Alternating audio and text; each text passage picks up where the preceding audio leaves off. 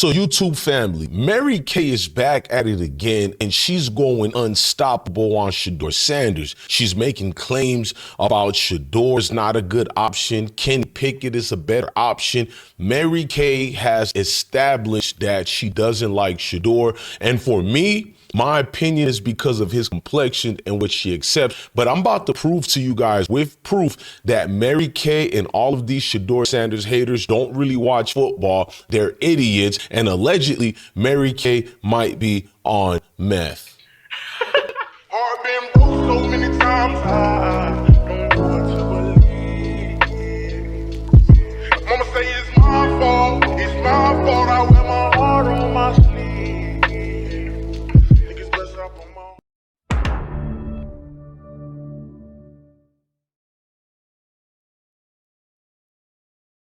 So I'm watching the show, the podcast. Shout out to all the great supporters who send me things. And there's a podcast that Mary Kay does on the actual Cleveland Browns. Yes, the Cleveland Browns have no shame. They have affiliated with Mary Kay. So everything I say goes back to that failed organization. So they have a podcast with the clevelandbrowns.com, the Orange and Brown Talk. Mary Kay and her partner, Dan LaBee, who He's another cosplaying dude. He likes Shadore, but he has to cater to certain races who don't like Shadore. He has to cater to those abysmal Cleveland fans who don't really want their team to win. They want to be comfortable in their good old boys club. So she lies again, bro. She goes on a video here and she dismisses all the basically miscues that Dillon Gabriel had during practice. She made excuses for it. So you want to know what is this video here? Well, it's Dillon the Scrub Gabriel getting his ball pat down again, once again.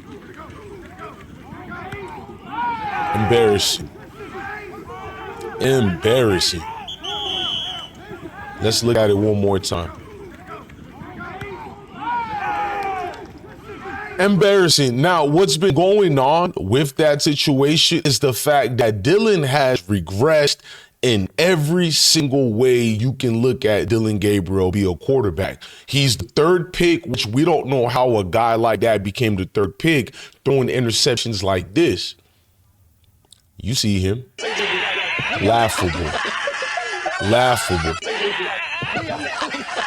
At least Kyler Murray, who's 5'9", at best, and Bryce Young, who's 5'9" or 5'10" at best, whatever the case is, they at least could be accurate and get around those mechanisms of being a short quarterback. But Dillon Gabriel can never get around that. So I wanted to pay attention to this Cleveland Brown podcast for the first time. So I noticed that they block everything that could be talked about. But before we get to that, look at their descriptions. They talk nothing about Dillon Gabriel's regression. They had no conversations about that, but they did go in-depth deep into Shedeur Sanders as if he was a first selection in the draft. And I'm going to show you how she's a liar, because she doesn't hold Dillon accountable, but she makes excuses and say Dillon doesn't have to start because rookies aren't expected to start. I think in a perfect world, they probably don't want to start a rookie right away. Now, had they drafted Cam Ward, then you're going to start Cam Ward right away. Okay, that's just going to happen. But when you're getting down into the third round quarterback and you're getting down to the fifth round quarterback, the expectation there isn't day one starter. It's just really not necessarily the case. Yeah, this bitch is acting like Shedeur Sanders should be a day one starter. And look what she put on that post. Hashtag Browns Mason Graham bats a Dillon Gabriel pass in 11 on 11.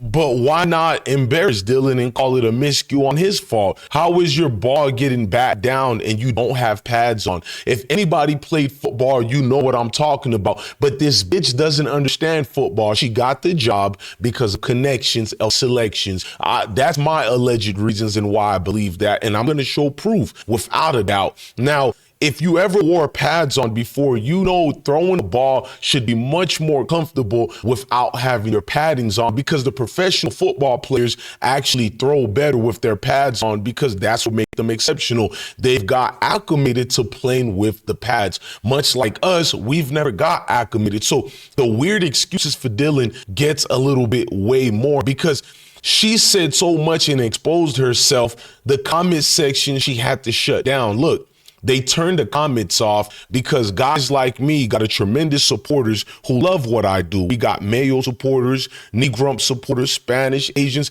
Everybody supports the truth, whether you like me or not. So she's going to get on this show with Dan Labie and says Shedeur Sanders got a lot of things he needs to improve on. He takes way too much sacks. Wait a minute. How can Shedeur take too much sacks if every football pundit and every person with a football acumen in mind, you know he didn't have an offensive line help? But listen. And this team this season. But there are certain things that Shedeur Sanders has to learn before he's going to be ready to step into a pro football game. And the first thing that he needs to figure out is how to not continually drift backwards and often into trouble when he doesn't see the right thing open at the right time.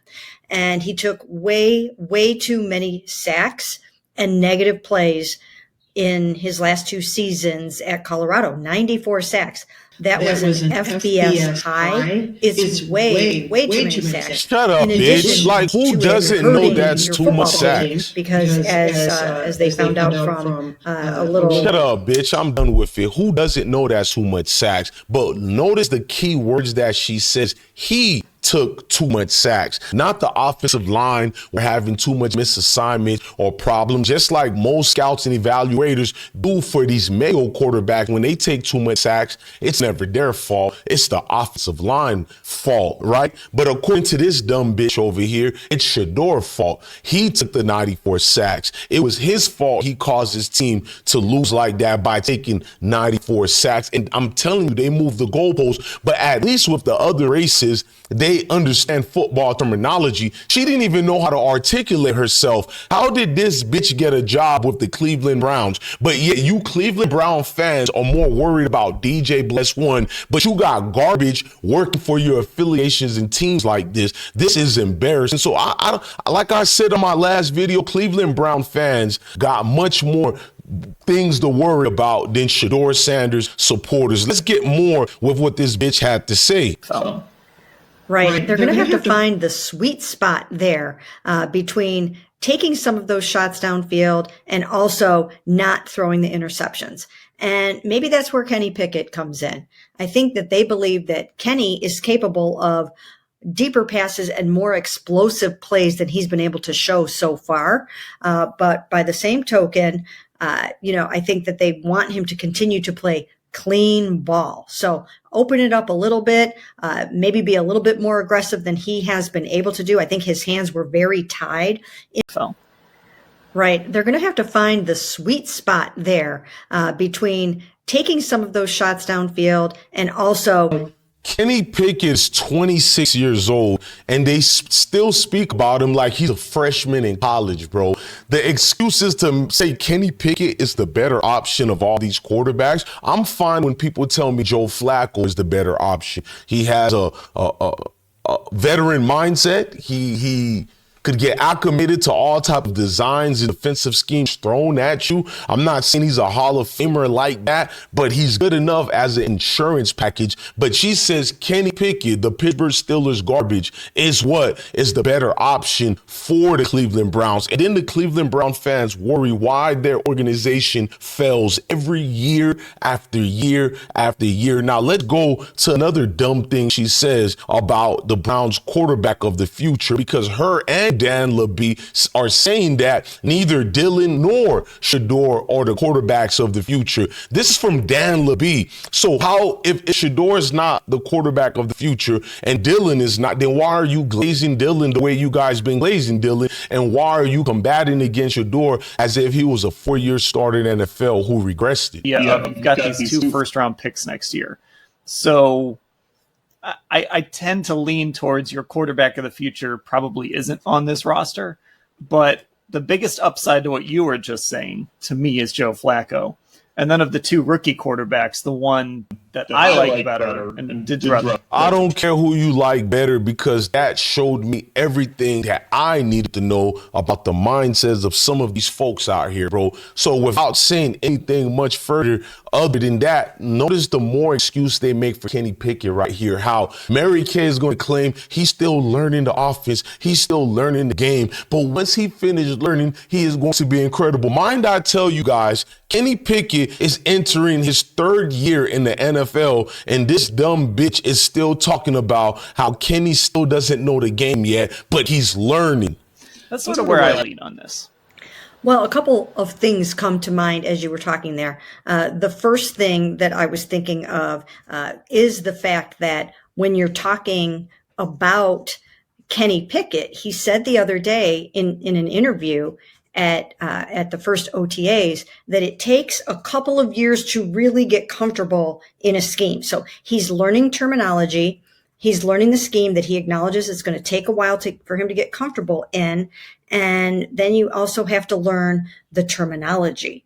And when you're still coming up that learning curve like that, then you're not going to be playing as fast as you will maybe in the middle of the season or maybe next season. Shut up, bitch. So let me get this straight. Kenny Pickett, the 26-year-old dude who is going to be 27 this year, 27 years old, he has an excuse for why he's not upping up his ammo as far as the quarterback room, because we know what everybody been saying professionally. It's been Joe Flacco and Shedeur neck to neck in this quarterback race. But Kenny Pickett gets an excuse. Oh, he's slow right now because he's still learning. But so Shedeur, the rookie coming in, he gets criticized by Mary Kay on every single chance. He doesn't get the same excuses because what? He's black? I mean, what other reasons is it that Kenny gets an excuse, but Shedeur doesn't? And Kenny is entering his third season, and this is his third team in the NFL, right? And actually, this is Kenny Pickett's fourth year, I think. Let me know if I'm tripping or not. Nonetheless, it's still embarrassing, bro. This is his third to fourth year, and the excuses still get enamored with him. Now, listen to this bitch says that Dillon Gabriel is the one who she favors the most. Each of the quarterbacks has their own thing or his own thing that he really, really needs to work on this camp. Some more than others.